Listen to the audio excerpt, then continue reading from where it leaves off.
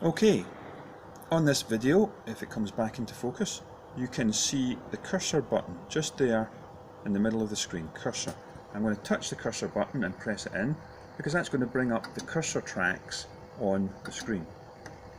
So having pressed that cursor button, going over to the screen, you can see the two blue horizontal lines, one solid, one dotted.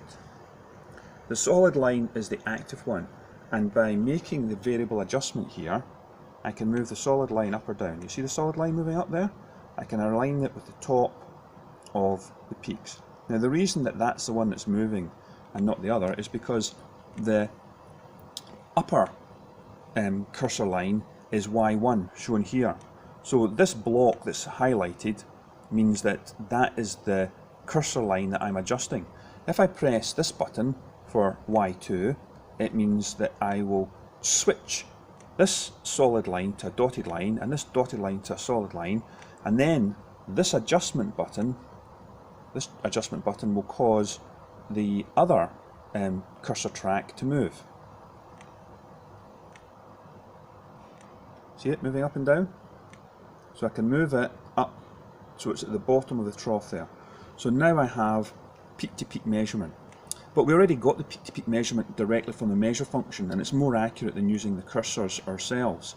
So what we really want is to measure the phase lag, and we can do this by switching between horizontal cursor lines to vertical cursor lines. So this is saying switch from a horizontal cursor line to a vertical cursor line.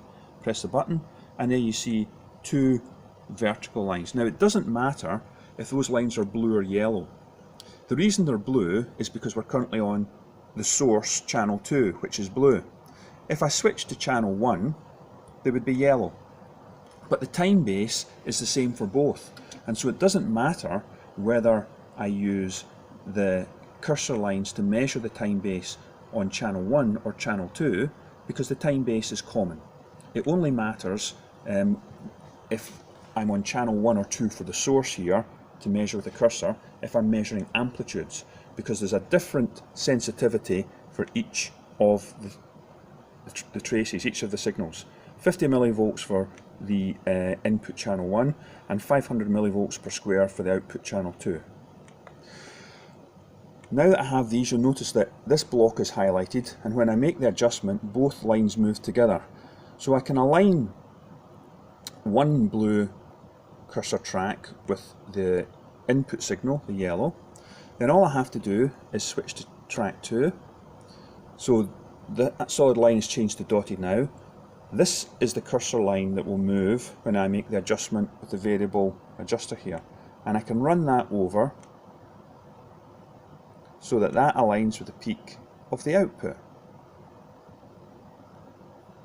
And having aligned those two, the dotted cursor with the yellow peak and the solid cursor with the blue peak, I can now measure the number of milliseconds between them, which is shown down here